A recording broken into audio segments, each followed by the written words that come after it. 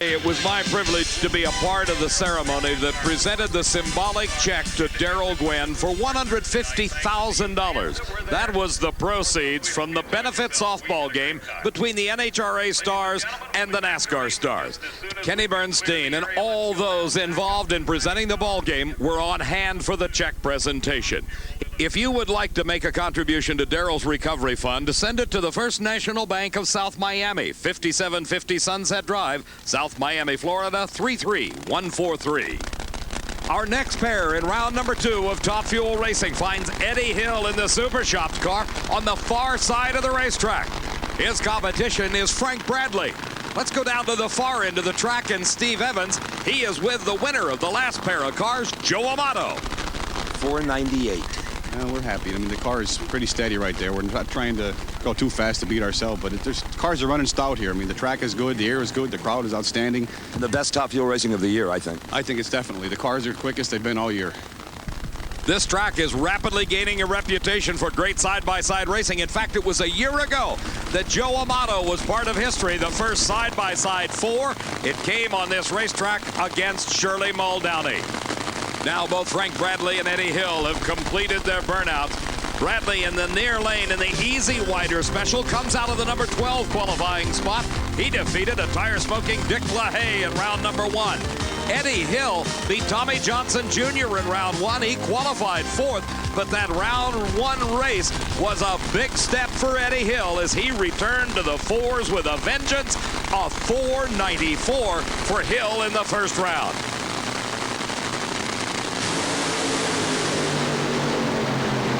Tremendous race, and it is Hill by less than a car length. Eddie Hill 502 to a losing 508.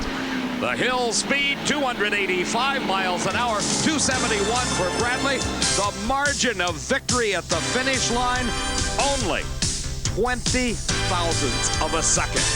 Bradley gained a big advantage off the starting line, a whole shot, if you will, nearly 500ths of a second. But by mid-track, Eddie Hill had begun to make up the difference until he clawed his way into the lead. And as they approached the finish line, our camera right on the line shows you just how close this race was. Look at that.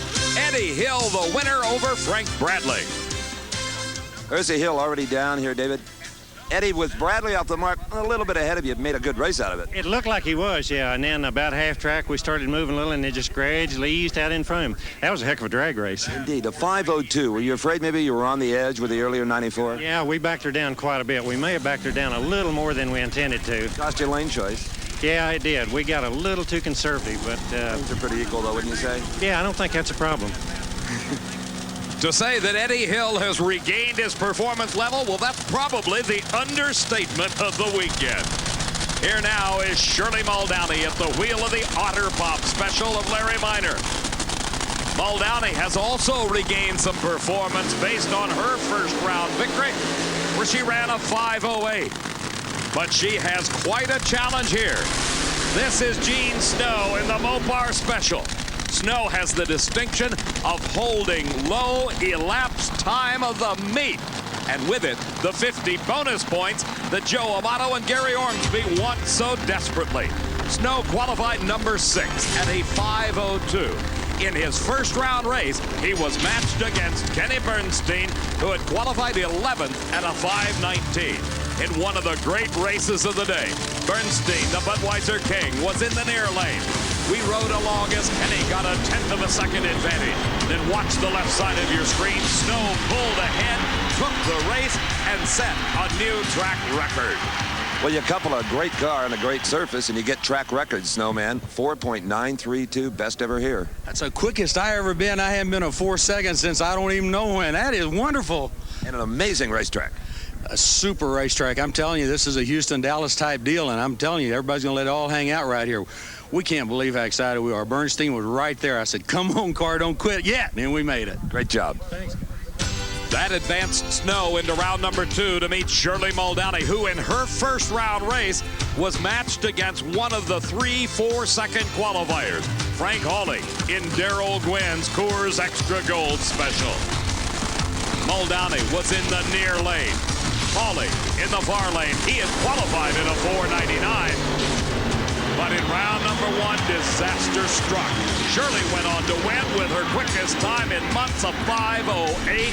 And for Holly and Daryl Gwynn, what a disappointment. Frank, had the blur belt stayed on, it might have been another story. Well, yeah, I mean, we were.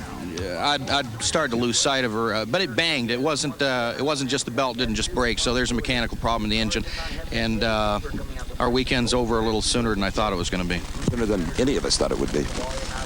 Now in round number 2 of Top Fuel, Shirley Muldowney looking for another upset over Gene Snow. Both drivers concentrating on getting their car positioned exactly as they wanted in the staging beams. Muldowney in the near lane with a giant hole shot, and she's up in smoke. The engine letting go, and Snow through the clocks to another 4-second time, 4.997 at a speed of 270 miles an hour. And what a disappointment for Shirley. That sets up now the final 4 pairings, where 2 4-second cars will battle it out. Joe Amato and Gene Snow, by virtue of the quicker ET in round number 2. Amato has the lane choice. Gary Ormsby goes off against Eddie Hill. Ormsby's 5 flat, quicker than Hill's 5:02. Gary picks the lane. Funny car action coming up next. At Maple Grove Raceway near Reading, Pennsylvania, in the 6th annual running of the Keystone Nationals, and it's time for Funny Car Eliminator. In the far lane, Bruce Larson, the reigning Winston champ, at the wheel of the Century Tack engages Oldsmobile. His competition is Ed McCulloch at the wheel of the Miller High Life Old. Bruce has the choice of lanes in this race by virtue of a 3/1000th of a second advantage over the times turned by McCulloch and himself in round number 1. Larson qualified in the number 2 spot and beat Frank Kramberger in his first round race, while McCulloch came from his number 7 qualifying position to defeat Jim White in round 1. Ed has a double problem in this race. He has got to win to keep pace and try to catch John Force for the Winston points lead. And he is running in the lane that was just oiled by Shirley Muldowney. McCulloch pulls ahead at the start and holds on at the finish line in a great race. McCulloch at a 5.33 second elapsed time. His speed 265 miles an hour. Larson close at a 5:35, 277. The difference 43/1000ths of a second at the finish line. McCulloch advances to the final 4. Here now is Casey Spurlock.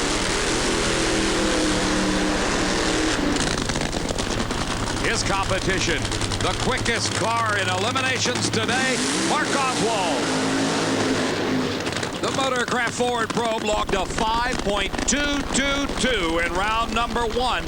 That's the quick ET of the meet thus far, and certainly gave him lane choice over Spurlock's very respectable 5.28.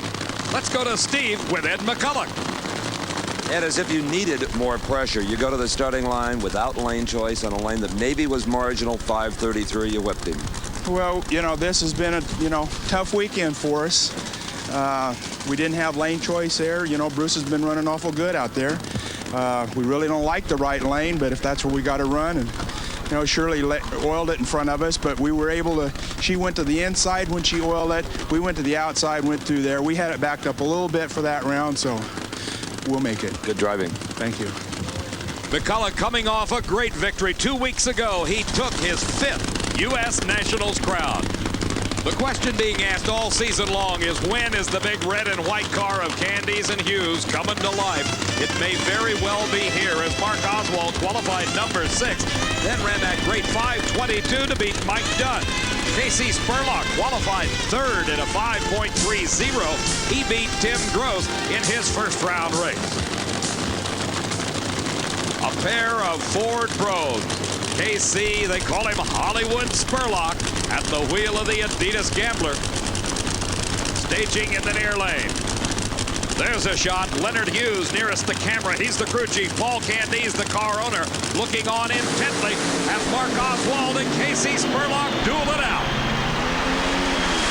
And Oswald with a whole shot victory over Spurlock, identical 5.27 second elapsed times. The speed for Oswald 263.